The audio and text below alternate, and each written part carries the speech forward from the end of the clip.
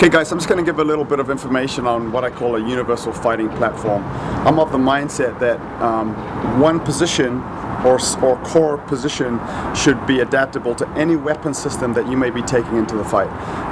This kind of reduces the amount of training that's required, and my natural response to those physiological stress symptoms to combat is going to be a more streamlined. Every weapon system I have, I should be able to use the same essential fighting platform. I call this a universal fighting platform. In other words, when I've got the baton in my hand, I've got my position 45 degree here, okay, or on the other side of the triangle.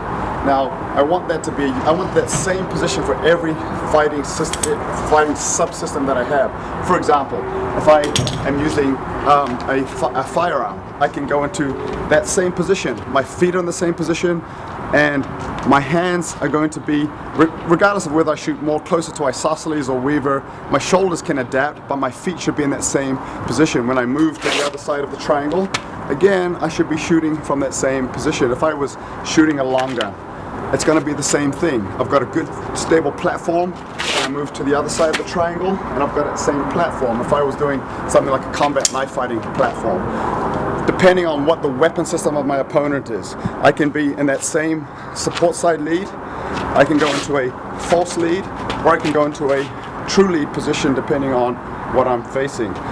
Empty-handed. If I'm in an empty hand situation, I like to use that same platform. My left side is forward, and I've got that same position, okay? And when I move to the other side of the triangle, I'm in that same platform. My posture is the same.